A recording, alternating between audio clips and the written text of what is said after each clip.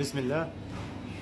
دي يا جماعه تلاجه جولدي ميني بار 6 قدم، حاجه كسر زيرو، حاجه تحفه تحفه فعلا يعني. بصوا يا جماعه التلاجه حاجه الله اكبر يعني، حاجه بسم الله ما شاء الله، ما فيهاش اي مشكله ان شاء الله. دي سعرها بسيط جدا، دي تعمل 3750 تلاجه ميني بار جولدي، حاله ممتازه جدا كسر زيرو.